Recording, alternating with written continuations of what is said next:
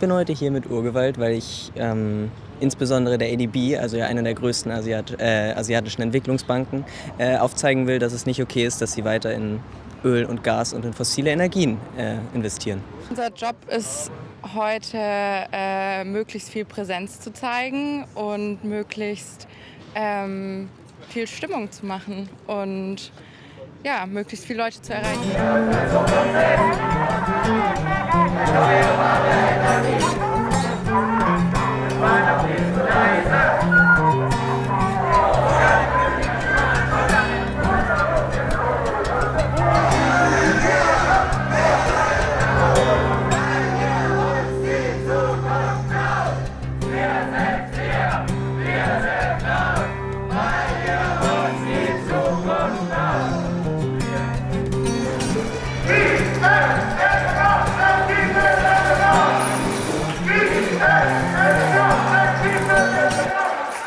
Beim Klimaschutz spielen wir eine ganz zentrale Rolle, schreibt die Deutsche Bank auf ihrer Webseite. Und die Commerzbank sagt, Finanzinstituten kommt eine besondere Rolle zu bei der Eindämmung der Klimakrise. Und auch die Sparkassen haben nicht alle, aber ein großer Teil eine Klimaschutz-Selbstverpflichtung unterschrieben. Leider sind das alles nur wohlklingende Worte. Hier in Frankfurt muss endlich etwas passieren.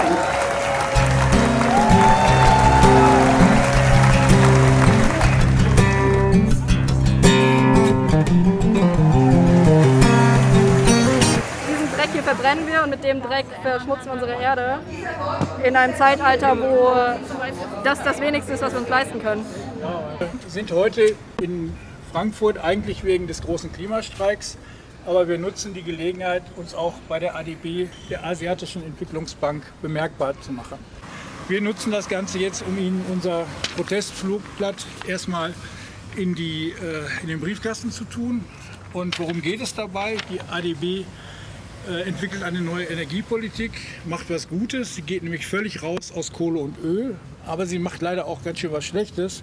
Sie bleibt nämlich bei Gas, obwohl eine Umrüstung von Kohle auf Gaskraftwerke ja heißt, dass weitere 30, 40 Jahre das Investment sich profitabel zeigen muss und von daher so lange die Fossilen weiter vorherrschen. Das ist, denke ich, sehr wichtig, dass da eben auch bei solchen Demos immer wieder darauf hingewiesen wird, wer denn die wirklich Verantwortlichen sind.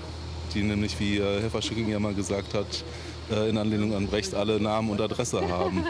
Und jetzt sind wir hier an der richtigen Adresse, der ADB, und haben das gerade in den Briefkasten geworfen.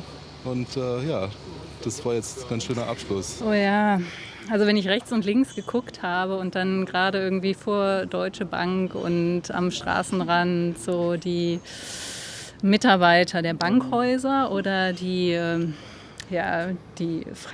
Frankfurter Büromenschen zu sehen, die gucken, aber vielleicht mal ein Foto machen, aber oft auch einfach nur so ehrlicherweise suffisant lächeln.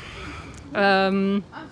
Kriegt man schon immer so ein Kloß im Hals und denkt sich, also können die sich eigentlich bewegen? Ich bin da tatsächlich so ein bisschen kritisch, aber wahrscheinlich muss man einfach nur steter Tropfen höhlt den Stein. Ne? Also das ist, man